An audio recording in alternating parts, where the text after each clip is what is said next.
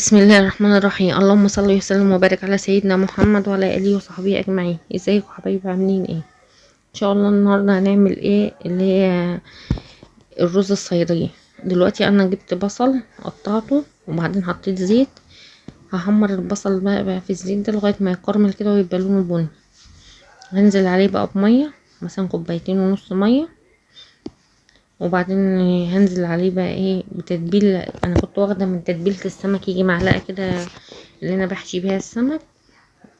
رحت جايه ايه حطاها، وحطيت ملح وحطيت فلفل وحطيت كمون، واسيب المكونات دي بقى تغلي مع بعض. اول ما تخش بقى في الغلية كده اغسل رز مصري مثلا، إيه كوبايتين ونص رز مصري مثلا، واروح جايه حطهم في عليه.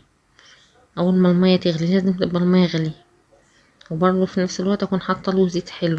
هو بيتعمل بزيت بيخليه مفرفر. اول ما يغلي اروح جايه منزله بالرز. هنحط الرز بقى لغايه ما هي الميه تشربه خالص وينشف العقد بتاعه ده.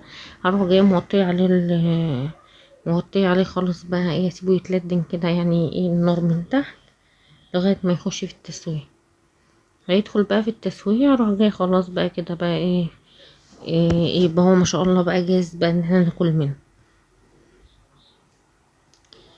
يا ريت يا حبايبي لو عجبكم الرز وعجبكم وصفاتي، يا ريت تعملوا لايك وتشتركوا في القناه.